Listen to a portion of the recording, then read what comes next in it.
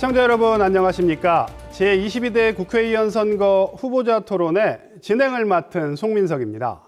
오늘 토론은 보령시 선거방송 토론위원회 주관으로 공직선거법 82조에 따라 두 분의 후보를 모시고 생방송으로 진행됩니다. 사전투표까지는 이제 불과 이틀, 4월 10일 본투표까지는 일주일밖에 시간이 남질 않았는데요. 60분 동안 함께 하시면서 보령과 서천의 미래를 이끌 적임자가 누구인지 한번 가늠해 보시기 바랍니다. 오늘 토론회는 KBS 대전 유튜브 채널을 통해서도 시청하실 수 있습니다. 자, 그럼 두 분의 후보를 소개하겠습니다. 토론회 발언 순서와 규칙, 자리 배치는 사전 협의를 통해 결정됐다는 점 알려드립니다. 그럼 먼저 더불어민주당 나소열 후보부터 인사해 주시죠. 네, 안녕하세요. 더불어민주당 기호 1번 나소열입니다. 반갑습니다. 다음은 국민의힘 장동혁 후보입니다. 안녕하세요. 보령시 서천군 국회의원 후보 기호 2번 국민의힘 장동혁입니다. 본격적인 토론에 앞서서 진행 순서를 먼저 말씀드리겠습니다. 먼저 시작 발언으로 후보들의 각오를 들어보고요. 곧바로 공약검증 토론 시간을 갖도록 하겠습니다. 이어서 지역 현안에 대한 공통질문과 질의응답으로 후보들의 정책 방향을 살펴보고요. 주도권 토론을 벌인 후에 마무리 발언으로 토론회를 정리하도록 하겠습니다. 후보들은 정해진 규칙과 발언 시간을 꼭 좀 지켜주시고요. 제한 시간을 초과할 경우에 마이크가 꺼진다는 점 유념하시기 바랍니다. 자, 이제 시작 발언을 통해서 출마의 이유와 포부를 한번 들어보겠습니다. 약속된 순서에 따라서 나소열 후보부터 시작하겠습니다. 제한 시간은 2분입니다. 존경하는 보령 시민 여러분, 서천 군민 여러분 반갑습니다. 저는 22대 국회의원 선거에 출마한 기호 1번 더불어민주당 나소열입니다. 윤석열 정부는 국가의 가장 기본적인 의무인 국민의 생명과 안전을 지켜내지 못했습니다. 대한민국의 경제 성장률은 1.3%에 불과합니다. 세계 경제 성장률은 3%인데 그만큼 경제가 어렵습니다. 사과 한 개 값이 10,000원인 시대가 됐습니다. 그리고 부익부 빈익빈이 더 가중되는 이때에 부자들 감세로 1년에 국가 세수입이 59조 정도가 적자가 납니다. 그래서 보령시만 해도 최근에 한 300억 정도의 기체를 얻어서 세수를 충당했거든요. 그리고 서천군도 200억 이상 기체를 해야 될 형편입니다. 이와 같이 윤석열 정부의 부자 감세로 인해서 모든 지방정부가 어려워지고 있습니다. 그리고 서민들의 고통 또한 가중되고 있습니다. 우리 자영업자들 굉장히 어렵습니다. 농민들 삶이 어렵습니다. 우리 자영업자와 농민과 같은 서민들을 위해서 획기적인 경제 정책이 나와야 된다고 생각합니다. 그리고 윤석열 정부 불통의 시대입니다. 공정과 상식이 무너졌습니다. 이러한 공정과 상식이 무너진 정치를 심판하는 것은 우리 국민들의 몫입니다. 이번 국회의원 선거에 꼭 심판해 주시기를 부탁드립니다. 이어서 국민의힘 장동혁 후보 2분 동안 말씀 부탁드립니다. 사랑하고 존경하는 보령시 서천군 보령시 유권자 여러분, 기호 2번 국민의힘 장동혁입니다. 보령과 서천을 다니다 보면 모든 분들이 위기라고 합니다. 경제는 활력을 잃었고 인구는 계속 감소하고 있습니다. 보령은 10만 명이 무너졌고 서천은 5만 명이 깨졌습니다. 어쩌면 앞으로의 4년이 서천과 보령의 미래를 결정지을 매우 중요한 시기라고 생각합니다. 멈춰설 여유가 없습니다. 뒤로 되돌릴 여유는 더더욱 없습니다. 지금 힘차게 달려야 됩니다.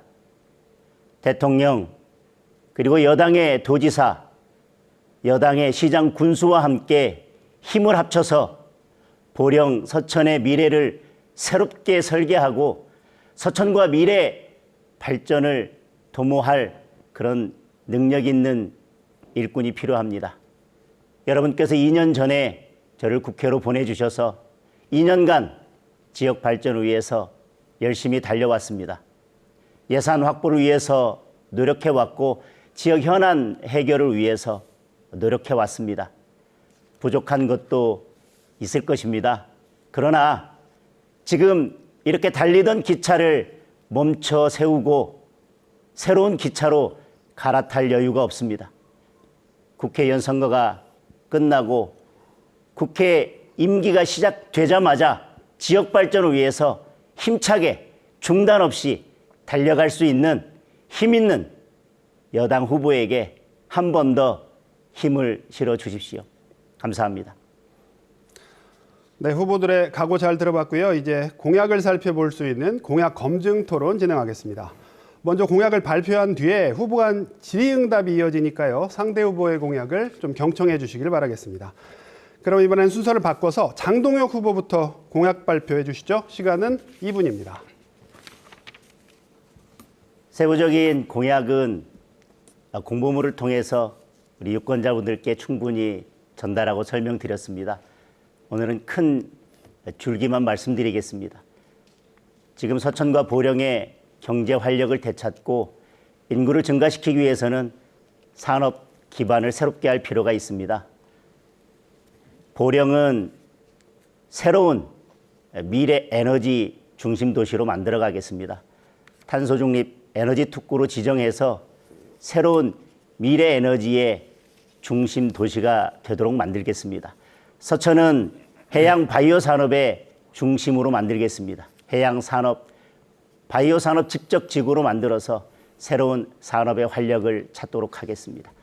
그리고 서천과 보령의 여러 관광 자원들을 묶어서 국제적인 해양 관광 벨트로 만들어 나가겠습니다. 그리고 SOC를 충분히 확보해서 지역의 새로운 교통 인프라를 확충해 나가겠습니다. 서울과 보령 서천을 1시간 반 만에 오갈 수 있도록 KTX 연결을 조속히 추진하고 보령 서천 대전을 1시간 안에 왕래할 수 있도록 고속도로를 확충 건설하겠습니다.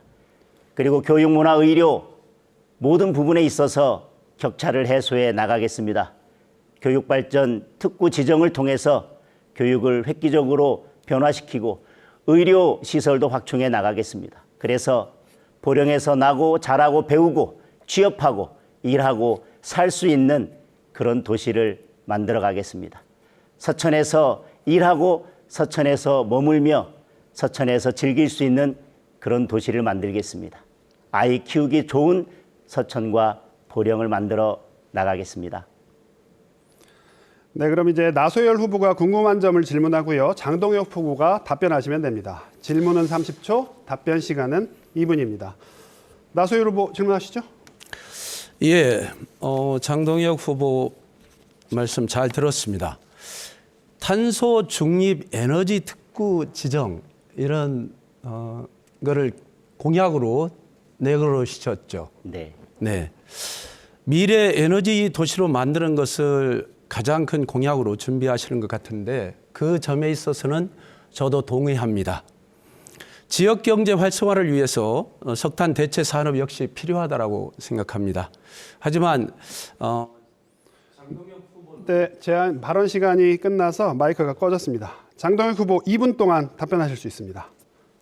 제가 질문을 다 듣지 못해서 어떤 질문인지는 잘 모르겠습니다. 제가 이런 공약을 내건 이유는 지금 저희들이 이제 석탄 화력 발전을 새로운 탄소 중립 에너지로 전환하면서 보령의 경제가 위축되고 있습니다. 그에 대한 대체로서 미래 에너지, 그린 에너지, 탄소 중립 에너지로 전환하려고 하고 있고요. 수소나 탄소 같은 미래 에너지로 전환하면서 2차 전지와 같은 새로운 산업들을 육성해서 보령의 서천의 경제가 위축되지 않도록 하겠다고 하는 의지가 담겨져 있습니다. 그리고 석탄 화력이 폐지됨에 따라서 그에 대한 대책도 필요할 것입니다. 지금까지 보령 화력 1, 2호기가 폐지되면서 보령의 인구 10만이 무너졌는데 그에 대한 대책이 함께 수반되지 않으면서 이런 결과가 왔다고 생각합니다. 그래서 석탄 화력 폐지 지역에 대한 지원책을 마련할 수 있는 여러 내용들을 담아서 석탄 화력 발전소 폐지 지역에 대한 지원에 관한 법률을 제가 발의하고 상임위에서 이 통과를 위해서 여러 노력을 기울여 왔습니다. 충남도와도 협력을 하고 서천군 보령시와도 협력을 했는데 상임위의 문턱을 넘지 못하고 있습니다. 여야 의원들 30명 이상이 발의한 만큼 이 법안이 조속히 통과되기를 바랍니다. 그리고 여야를 불문하고 이런 탄소중립 에너지로의 전환, 미래 에너지로의 전환은 힘을 합쳐야 된다고 생각합니다. 아니, 답변 좀 시간. 아니 지금 2분 시간 활용하실 수 있습니다. 네네네. 예. 그래서 이런 점에 대해서 힘을 모아 주셨으면 좋겠고요. 지금 석탄 화력이 지금 보령과 서천의 중심 산업이 되고 있는데 그 미래 에너지의 전환에 있어서 여야를 불문하고 힘을 모아달라는 말씀을 드리겠습니다. 장 후보는 네. 예, 보충 질문 30초 동안 하실 수 있습니다. 예. 장 후보는 정의로운 에너지 전환 계획에 혹시 거기에 원자력 발전소 그러한 계획은 없습니까? 지금 말씀하신 것처럼 네. 지금 제가 석탄 화력 발전소 폐지 지역에 대한 지원에 관한 법률 자체가 에너지의 그 정의로운 전환의 관점에서 네. 법안을 발의한 것이고요. 에너지의 정의로운 전환이라고 하는 것은 탄소 중립, 뭐 수소나 다른 그린 에너지에 관한 것도 있지만 저희들이 그러니까 탄소 중립에 관한 거기에 지금 원자력에 관한 것도 포함되어 있는데 원자력의 개념과 지금 탄소 중립의 개념과 그걸 혼동할 것이 아니라 우리가 앞으로 에너지 정책을 어떻게 펼쳐 나갈 건지에 대한 정책 방향이 그동안 민주당과 우리 국민의힘에 좀 차이가 있었다고 생각하고요. 예. 저희가 세계적인 추세에 맞추어서 원자력 발전에 대해서 지금 그것을 완전히 없애는 것이 아니라 원자력 발전은 원자력 발전대로 해 나가되 다른 탄소 중립 에너지나 그린 에너지의 전환도 국가가 관심을 갖고 추진해야 할 문제라고 생각을 하고 있습니다. 그러면은 원자력 소형 원자력 발전소가 우리 석탄 화력 대신에 보령에 위치할 수 있다라고 지금 생각하십니까?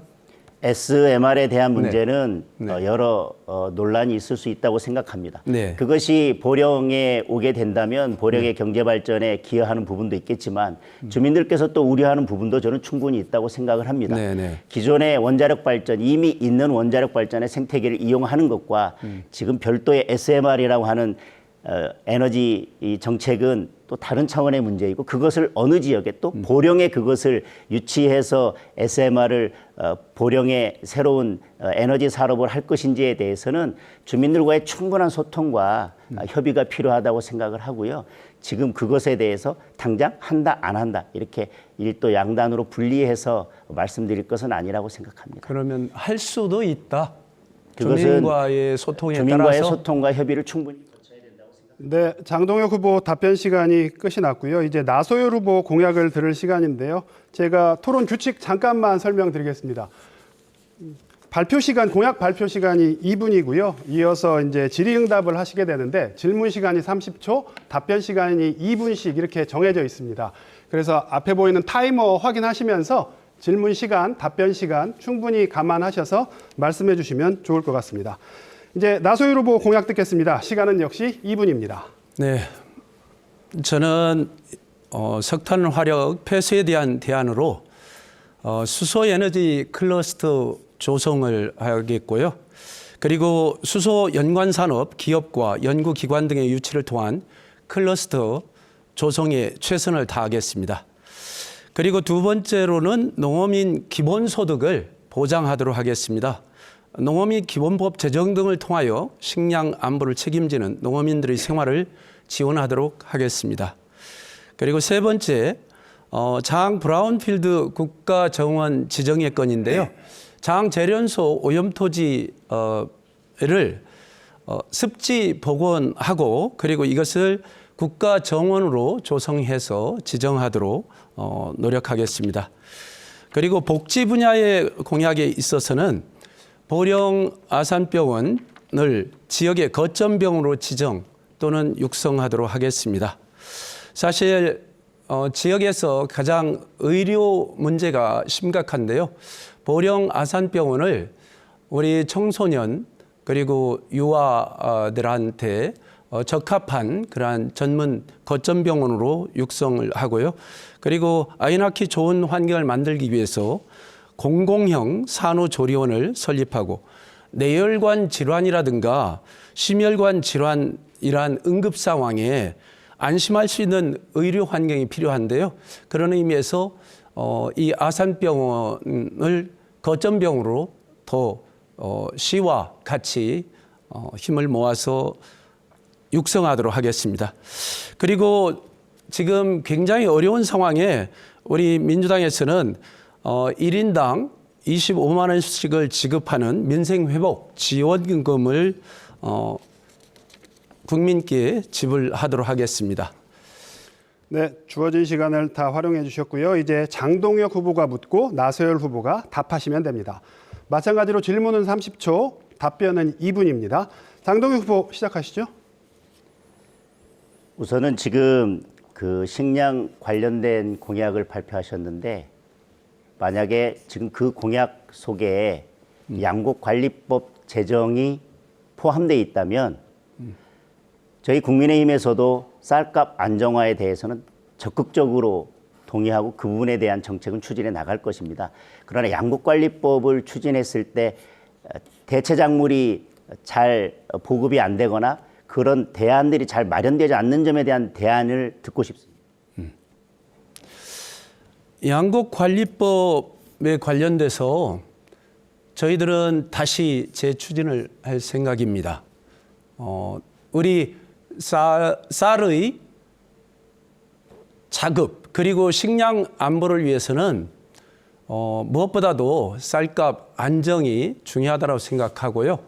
그리고 쌀이 또 충분히 생산되도록 하고 농민들의 소득도 보장할 필요가 있다라는 측면에서 양곡관리법에 관련돼서는 우리는 추진할 의사가 분명히 있고요. 전반적으로 가장 중요한 것은 농민들의 삶이라고 생각합니다. 요즘 농촌 지역이 사실은 인구 소멸, 인구 감소로 인해서 굉장히 고통받고 있거든요. 그래서 정주 환경을 바꿔놓지 않으면은 앞으로 농촌은 인구가 급감해서 농촌이 붕괴될 위기에 처할 수밖에 없습니다. 농촌의 인구가 급감하면은 농촌의 상권이 일단 무너집니다. 그리고 상권이 무너진 이후에는 교육이 무너지고 이와 같이 연쇄적으로 농촌이 붕괴되지 않도록 우리 농민들한테 양곡관리법을 통해서 뭐 쌀값 안정을 기하는 것도 좋지만은 가장 중요한 것은 농촌에서 살 수 있는 기본적인 조건을 우리 국가가 부여하는 것이 굉장히 중요하다는 측면에서 농민들, 어민들의 안정을 위해서 농어촌 기본소득 지급을 하도록 추진할 생각이고요. 그리고 대체 작물에 관련돼서는 그거는 제도적인 여러 가지 보완을 하면은 충분히 우리 쌀 생산과 배치되지 않도록 할 수 있다고 생각합니다. 자, 이어서 장동혁 후보 보충 질문 시간입니다. 역시 질문은 30초고요. 나서열 후보 답변 시간은 2분입니다.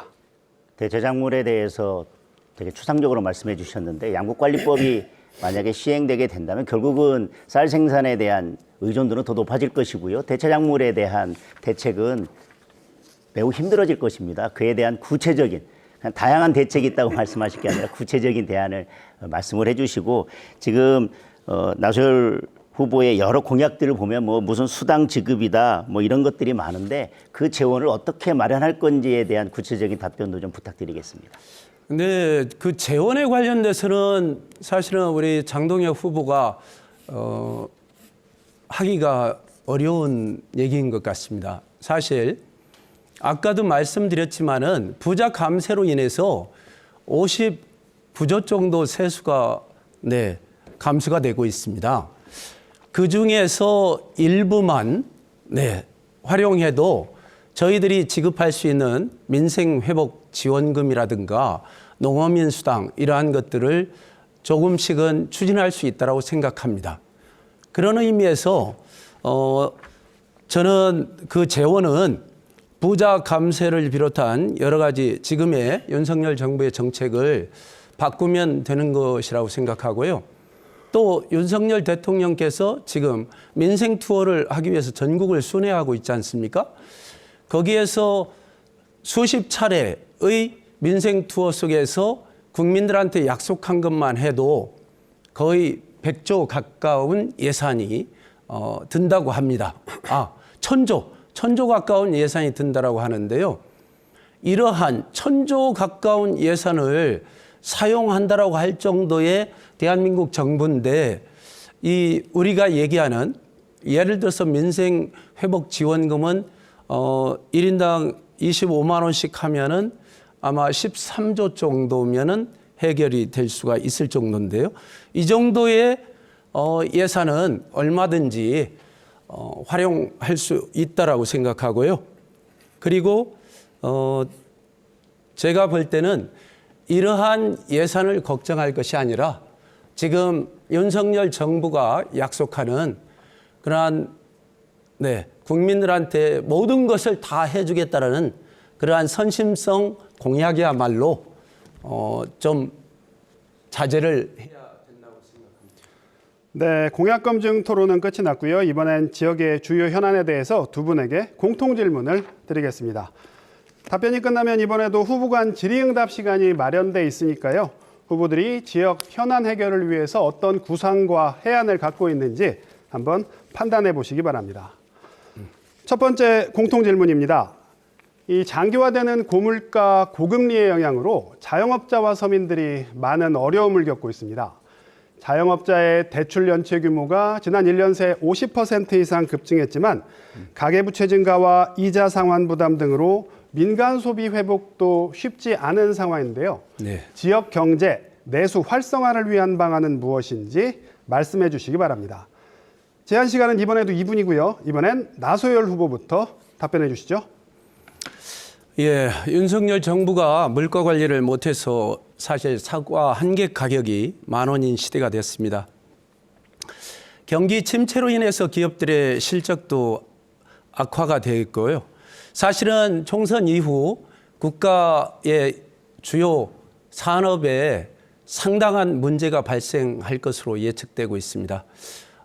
최근에 불거지고 있는 예를 들어서 건설 경기만 해도 굉장히 어렵다라는 얘기가 있고요. 그리고 큰 건설업체도 부도 위기에 처해 있다라고 얘기가 나오고 있습니다. 아마 총선 이후가 되면은 굉장히 현실화될 가능성이 높다라고 합니다. 그리고 우리 경제 성장률 1.3%에 불과하거든요. 이런 상황에서 진짜 대한민국 경제는 여러 곳에서 심각한 이상 징후를 나타내고 있는데요. 특히 제가 볼 때는 서민들, 자영업자를 비롯한 서민들의 경제 상황이 굉장히 어렵습니다. 그렇기 때문에 이분들한테 대출 이자 감면뿐만이 아니라 아까 말씀드린 대로 민생 회복 지원금을 1인당 25만 원 정도 지급해서 지역 상품권으로 이걸 지급해서 지역의 경제를 살리고 내수를 진작시키는 그러한 노력을 해야 될 것 같고요. 그리고 부자 감세로 인해서 국가 세수가 펑크가 나고 있거든요. 그렇기 때문에 부자 감세 철회해서 국가의 경제를 근본적으로 좀 탄탄하게 만들 수 있는 정부의 노력이 더 필요하다고 생각합니다. 그리고 여러 가지 특화된 산업 그리고 규제에 관련돼서 네, 발언 시간이 끝이 났습니다. 이어서 장동혁 후보 답변 듣겠습니다. 역시 이분들입니다. 고물가 고금리로 국민들께서 고통받고 있는 것에 대해서는 안타깝게 생각을 합니다. 지금 수출도 호전되고 있고 제조업이나 서비스업도 회복되고 있습니다. 고용률도 점차 높아지고 있습니다. 그러나 여러 국제적인 상황에 영향을 받아서 고금리, 고물가가 계속되고 있는 것에 대해서는 안타깝습니다. 이런 상황에서 계속해서 다른 어떤 정책이 동반되지 않고 현금만 계속 국민들에게 지급하자고 하는 것이 과연 고물가 시대에 맞는 정책인지에 대해서는 저는 의문을 가지고 있습니다. 지금 이런 고물가 시대에 내수를 활성화하기 위해서 정부는 상반기에 집중적으로 SOC 예산과 같은 재정을 조기 집행하는 것으로 결정을 했습니다. 따라서 지역에서도 저희들이 교통, 다른 인프라들을 구축하면서 조기에 SOC 예산을 집행할 수 있는 것들이 있는지 잘 찾아서 조기에 집행되도록 노력하겠습니다. 그리고 지금 보령과 서천 같은 경우에 내수를 활성화하기 위해서는 관광산업을 더 활성화할 수 있는 대책들을 마련해야 된다고 생각합니다. 그리고 말씀하신 것처럼 나수 여러분도 말씀하셨지만 우리 소상공인이나 자영업자들에게 어떻게 도움을 줄 수 있는지 그분들의 숨통을 트여줄 수 있는 정책들에 대해서 정부가 많은 고민을 하고 있고요. 이자 감면이나 여러 문제들에 대해서는 고민을 하고 있습니다. 다만 지원금을 주거나 이런 부분에 있어서는 모든 국민들에게 일률적으로 같은 금액을 지급하는 것이 과연 내수에 도움이 되는 것인지 아니면 더 어려운 분들에게 더 두텁게 지원하는 것이 내수 활성화에 도움이 되는 것인지 그 부분에 대해서는 좀 신중하게 정책적 판단이 필요하다고 생각을 합니다. 이런 여러 정책들을 모아서 지역경제 활성화 그리고 물가 잡는 데 정부와 여당이 함께 노력하겠습니다. 네, 두 분 답변 잘 들었고요. 이제 나소열 후보가 궁금한 점을 질문하고 장동혁 후보가 답변하시면 됩니다. 질문 시간은 30초, 답변은 1분입니다. 나소열 후보 질문하시죠. 네. 우리 장동혁 후보께서는 민생회복 지원금을 주는 부분에 대해서는 어떻게 생각하십니까? 질문 다 하셨나요? 시간이 남아서. 시간이 남아 예. 예, 네. 답변 드리겠습니다. 민생회복 네. 지원금 아까 1인당 제가 우리 민주당에서 한 25만 원 정도 지급한다고 했는데요. 그러한 부분들에 대해서 찬성하는지 반대하는지 그거 좀 듣고 싶습니다. 지금 고물가라고 아까도 말씀을 드렸습니다. 그런 경우에 모든 분들에게 25만 원이라는 일정 금액의 지원금을 드리는 것이 과연 물가를 잡는 데 도움이 될 것인지 내수에는 활성화된다고 할 수 있지만 과연 물가에 도움이 되는지 그 시점이 어떤 때가 적절한지에 대해서는 정책적 판단이 필요할 것 같고요. 저는 필요하다면 그런 지원금을 지급하는 것에 대해서는 적극 찬성입니다.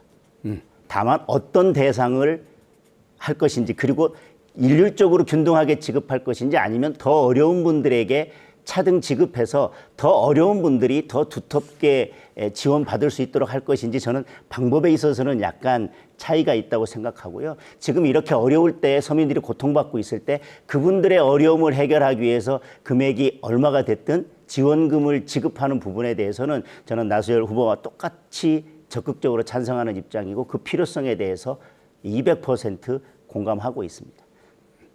자, 이제 순서를 바꿔서요. 장동혁 후보가 질문하고 나서열 후보가 답변할 차례입니다. 역시 질문은 30초, 답변은 1분입니다.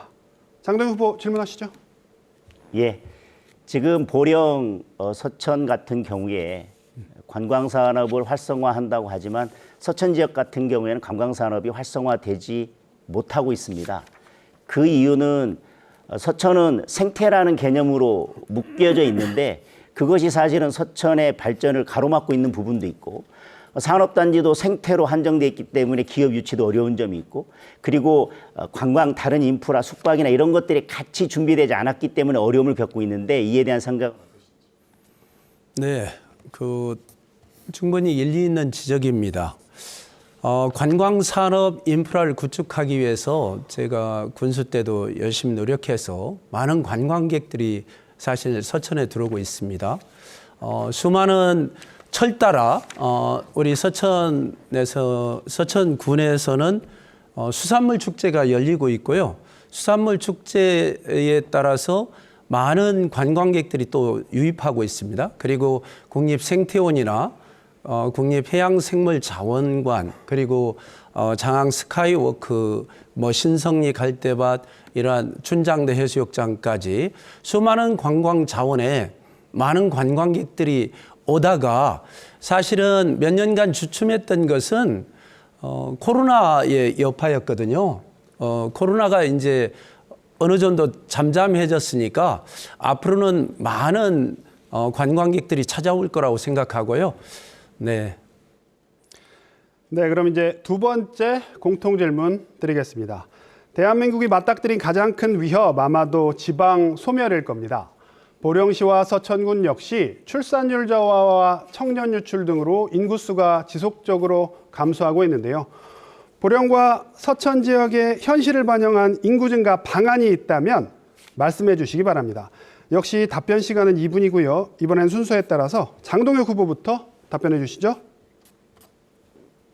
처음에도 말씀드렸지만 모든 분들께서 서천과 보령 인구 감소를 걱정하고 계십니다.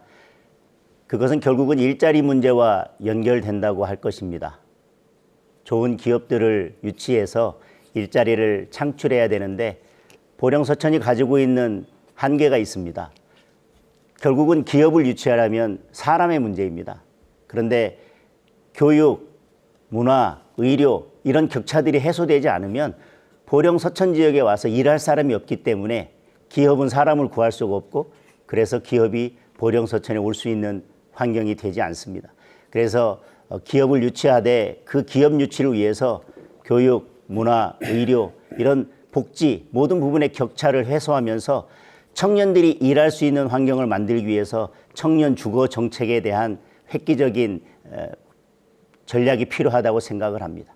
그리고 아이 낳기 좋은 도시로 되려면 다자녀 또 그리고 아이 낳는 부모들에 대해서 지방자치단체와 국가에서 획기적인 지원이 필요하다고 생각합니다. 그리고 이제 인구 감소는 전 세계적인 문제이기도 하고 대한민국 전체의 문제이기도 하기 때문에 정주 인구를 늘리는 것에 대해서도 고민을 해야 되겠지만 생활 인구를 늘려나가는 방안에 대해서 함께 고민을 해야 될 때가 됐다고 생각합니다.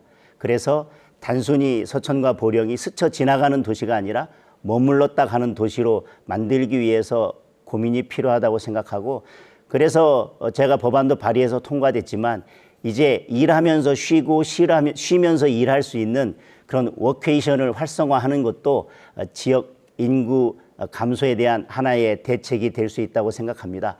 국가나 지방자치단체가 이에 대해서 지원할 수 있는 근거를 만들었기 때문에 이에 대해서 적극 활용이 필요하다고 생각합니다. 네, 이번엔 나소율 후보 차례입니다. 마찬가지로 2분 드립니다.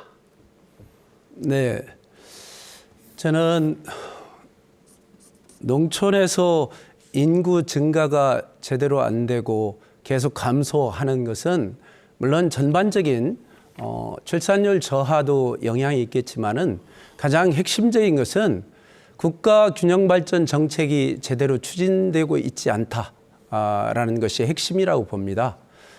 그만큼 이제 수도권 중심 정책을 펼치다 보니까 농촌, 지방은 계속 인구가 감소하게 됩니다. 그리고 기업을 유치하고 싶어도, 일자리를 위해서 기업을 유치하고 싶어도 기업들이 수도권에서 내려가지 않습니다. 노무현 정부 때 기업들 지방으로 내려가게 하기 위해서 국가 균형 발전 정책을 적극적으로 추진했었고요. 수도권 규제를 통해서 그때는 지방으로 많은 기업들이 내려갔었거든요. 그러나 그 이후에는 실제 다시 수도권으로 기업들이 들어오게 되고 지방으로는 기업들이 제대로 내려가지 않았었습니다. 그리고 세종시를 만들어서 그리고 공공기관을 또 지방으로 내려보내서 지역을 활성화시키기 위해서 여러 가지 노력을 했기 때문에 지방이 어느 정도 활성화되다가 최근에 이제 다시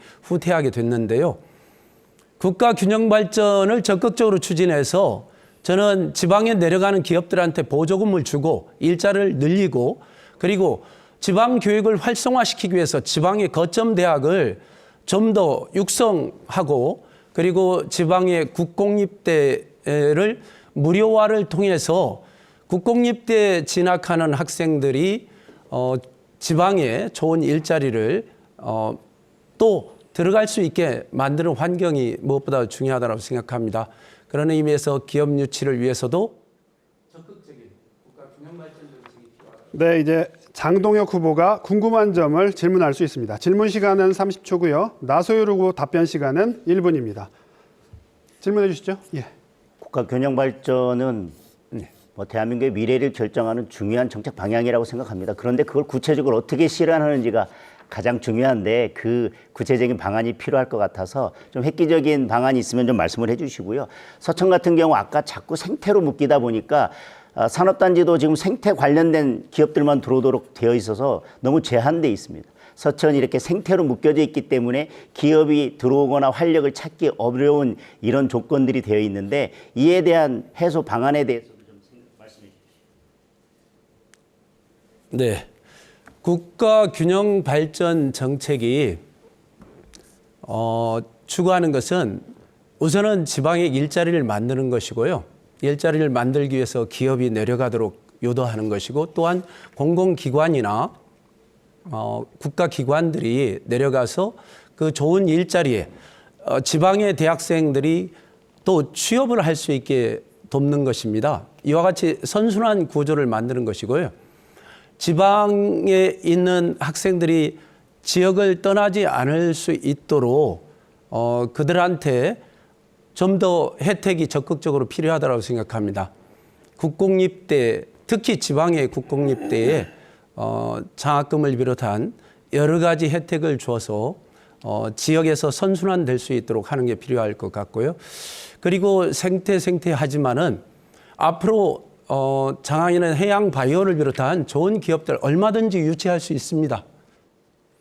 네, 이제 반대로 나소율 후보가 묻고 장동혁 후보가 답하시면 됩니다. 역시 질문은 30초, 답변은 1분입니다. 네. 나소율 후보 질문하시죠. 예.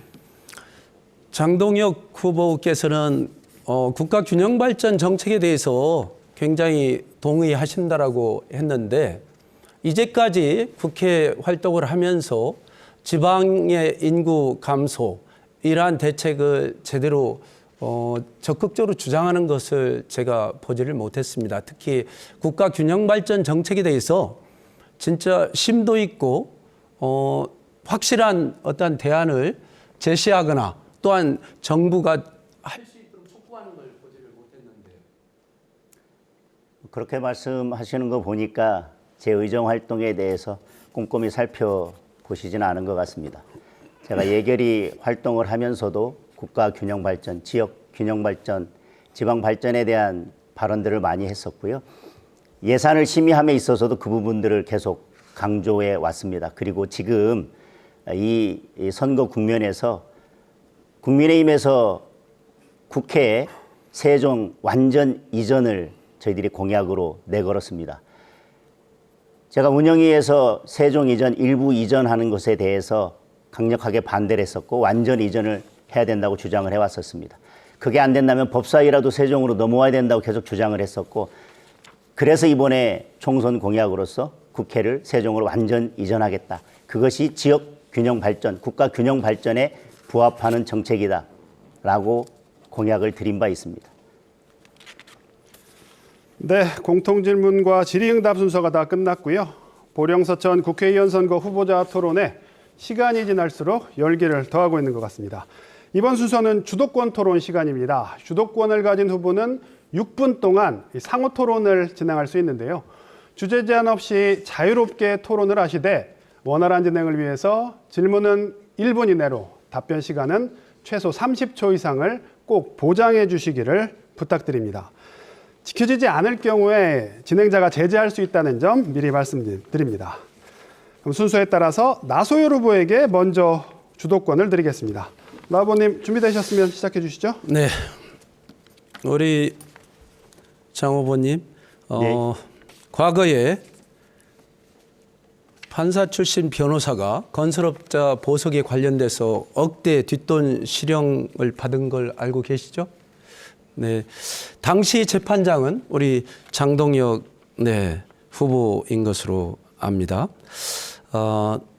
이들 두 변호사는 2019년 12월 재판장과 잘한다, 보석 허가를 받게 해주겠다며 입찰 방해 혐의로 구속 기소된 광주 지역 건설업자 측으로부터 2억 2천만 원을 받은 혐의로 2021년 12월 재판에 넘겨졌다. 재판부는 변호사 윤 씨 등이 당시 건설업자 사건을 맡은 재판장 우리 장 후보와 친분이 있다는 점을 내세워 청탁을 받은 것으로 판단했다. 이들 전관 변호사의 노력 덕분인지 해당 건설업자는 2020년 1월 보석 허가를 받고 풀려났다.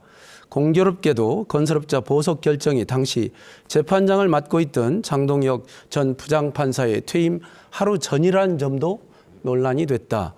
재판 과정에서 증인으로 불려나온 장 의원은 건설업자 사건과 관련해 윤 변호사로부터 제게 전화가 온 것은 사실이라면서도 보석 관련 얘기는 없었고 좀 억울한 부분이 있으니 해당 사건 기록을 잘 살펴달라고 말했던 기억이 난다고 말했다. 이러한 신문 기사를 제가 이제 읽어드렸는데요. 우리 장동혁 후보께서는 이 부분에 대해서 사실이라고 받아들이시죠? 뭘 사실이라고 받아들인지는 모르겠는데요.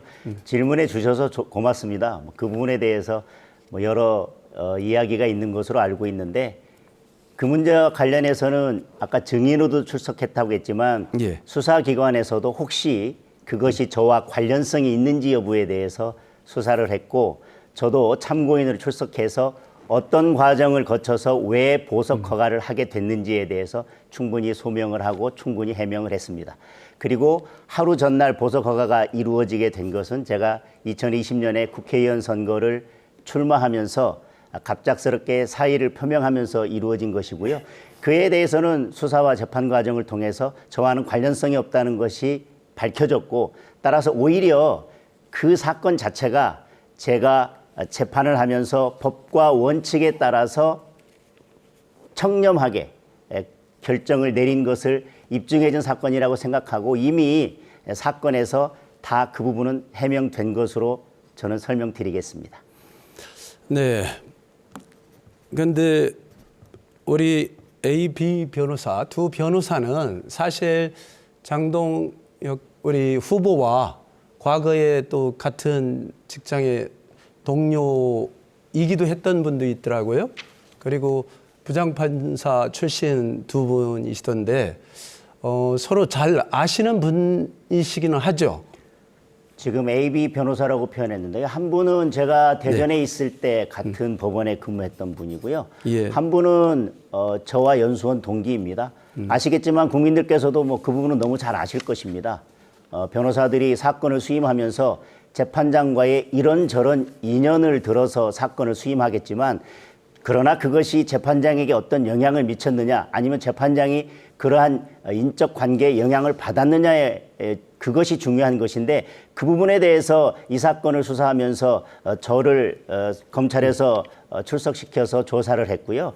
그 부분에 대해서는 충분히 소명이 됐고 해명이 됐기 때문에 저는 그 사건과는 관련이 없다는 것이 다 밝혀졌습니다. 그리고 그 부분에 대해서 관련 참고인으로서 법정에 가서 충분히 진술도 다 하고 증언도 했던 사건입니다. 그러니까 그 당시 그리고 법무부 장관은 박범계 법무부 장관이었었고요. 문재인 정부 시절이었고 제가 총선 출마했던 사람으로서 대전시장 선거를 준비하던 과정이었기 때문에 조금이라도 문제가 있었다면 그것을 문제 삼아서 저를 훨씬 더 괴롭혔을 것이라고 생각합니다. 저는 그 부분에 대해서는 충분히 해명되고 소명된 사안이라고 생각하고 있습니다. 어쨌든 질문해 주시고 제가 그 부분에 대해서 해명하고 답변할 기회를 주셔서 감사합니다. 네, 그 부분에 관련돼서는 이상 마치도록 하겠고요. 제가 한 가지 추가로 질문드리겠습니다. 예전에 나경원 의원께서 대표에 출마했을 때 그 당시 선관위원이셨는데 나경원 대표가 대표에 출마하지 마라 그런 이제 초선 의원들의 연반장이 돌아다녔었는데 그때 선관위원인 장동혁 후보께서 사실은 제가 답변 시간이 없을 것 같아서 그 사건을 선거의 중립을 잘 알고 있기 지어야- 때문에요. 그때 네. 연판장에 중립을 썼어야 되는데 연판장에 서명하라고 그때 서명을 했었는데 했었죠. 예, 나서영 후보 주도권 서명 토론 요구가 시간입니다. 있었지만 저는 선관위이기 때문에 서명을 할 수 없다고 했는데 어떤 경위로든 명단이 올라갔습니다. 그래서 제 의사와 상관없이 명단에 포함됐지만 저는 선거에 중립을 해야 한다고 생각을 하고 곧바로 선관위원회에서 사퇴한 것입니다. 그때 상황에 대해서는 모든 분들이 다 알고 있습니다. 그러면은 네, 이번엔 국민의힘 장동혁 후보에게 주도권이 주어집니다. 장 후보님 토론 시작하시면 되겠습니다. 후보님께 묻겠습니다. 이 사진이 그 지금 배우자 명의로 되어 있는 토지와 주택이 맞습니까? 예, 맞습니다. 예. 이 사진이 바로 나세열 후보의 배우자 명의로 되어 있는 주택과 토지입니다. 토지는 제가 알기로는 9필지 그리고 주택이 있습니다. 이에 대해서 지금 재산 신고를 하면서 주택에 대해서는 실거래가로 신고를 했는데 토지에 대해서는 제가 알기로는 공시지가로 신고가 된 걸로 알고 있고 실거래가는 공시지가보다 더 높은 것으로 알고 있습니다. 이렇게 공시지가로 신고하게 된 특별한 이유가 있으신가요? 예, 사실은 작은 필지가 여러 필지로 구성이 돼 있어요. 대지가 저희가 이제 밭이 한 300평 되고 밭과 대지까지 포함해서 한 800평 정도 되는 것으로 알고 있는데요. 저게 여러 필지로 구성이 되어 있습니다. 그런데 그 조금씩 쪼개진 필지 중에 2개 필지가 아마 이게 실제 거래 가격이 정할 수 없는 건가 봐요. 그래서 결국은 나머지 전체 필지를 실거래가가 아닌 공시 가격으로 했는데요. 원래 저 집은 4억 5천을 주고 제 주도권 토론이니까요. 네. 실거래를 했는데 실거래가를 매길 수 없다는 것을 제가 잘 이해하기 힘들고 또 하나는 지금 본인 명의로 돼 있는 답이죠. 그 예. 봉남리 335-2번지는 예. 저희들이 등기부로 확인해 보니까 나소열 후보의 명의가 아니라 다른 사람 명의로 돼 있더라고요. 그리고 오히려 335-4번지가 나소열 후보의 토지인데 지금 선관위에 신고한 후보자 재산신고 사항에는 오히려 335-2번지가 나소열 후보의 토지로 그리고 335-4번지는 누락이 되어 있습니다.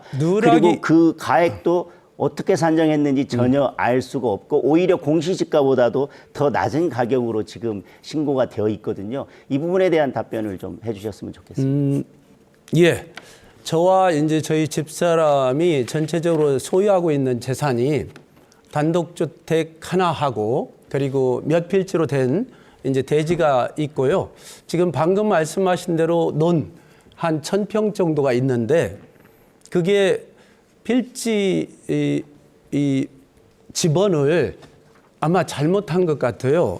큰 원래 어머니의 논이 있었는데 그것을 우리 새 자녀한테 물려주는 과정에서 거의 3분의 1 거의 동등하거든요. 그 물려주는 과정에서 이제 저한테 한 5마지 그러니까 1,000평 정도 되죠. 그 정도의 논을 어머님께서 물려주셨는데 그것이 지번만 좀 다르지 내용은 똑같습니다.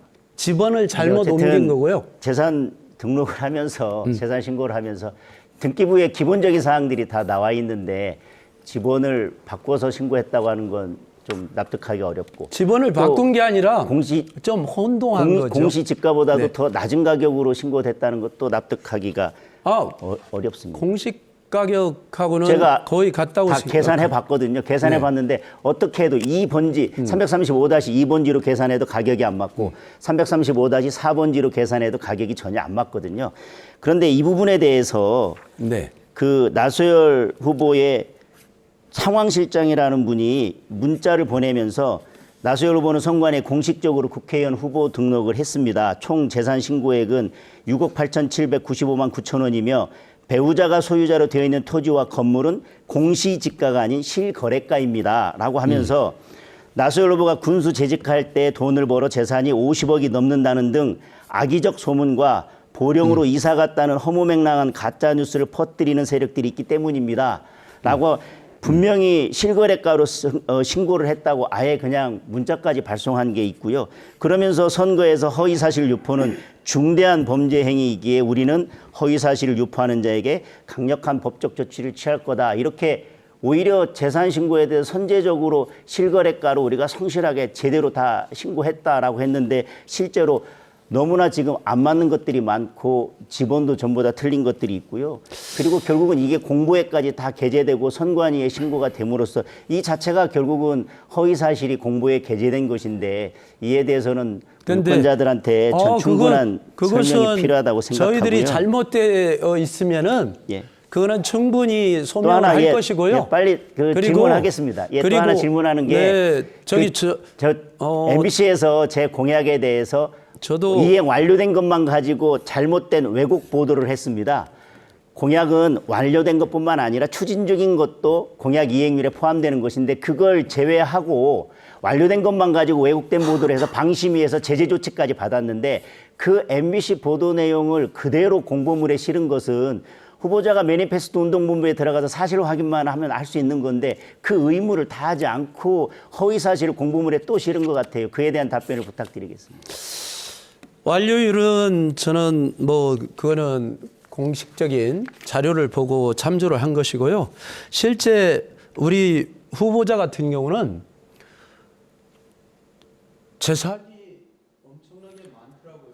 네, 발언 시간이 다 끝나서 마이크가 꺼졌다는 점 알려드립니다. 이렇게 저희가 주도권 토론까지 끝이 났고요. 어느덧 마무리 발언만을 남겨두고 있습니다. 이 두 분의 진심이 유권자들의 표심에 닿기를 바라면서 마무리 발언 시간은 2분 30초씩 드리겠습니다. 마무리 발언 순서는 장동혁 후보가 먼저시네요. 예, 준비되셨으면 시작해 주시기 바랍니다. 존경하고 사랑하는 서천 보령 유권자 여러분, 2년 전에 여러분께서 저를 국회로 보내주셨습니다. 보령 서천을 위해서 열심히 뛰었습니다. 여당의 원내 대변인으로 그리고 지금은 사무총장으로 열심히 뛰고 있습니다. 여러분께서 적극적으로 응원해 주시고 지지해 주신 덕분이라고 생각을 합니다. 그리고 이제 저 장동혁은 정치인 개인 장동혁이 아니라고 생각합니다. 여러분께서 적극 지지해서 여기까지 만들어 주셨고 서천 보령의 정치적 자산이라고 생각합니다.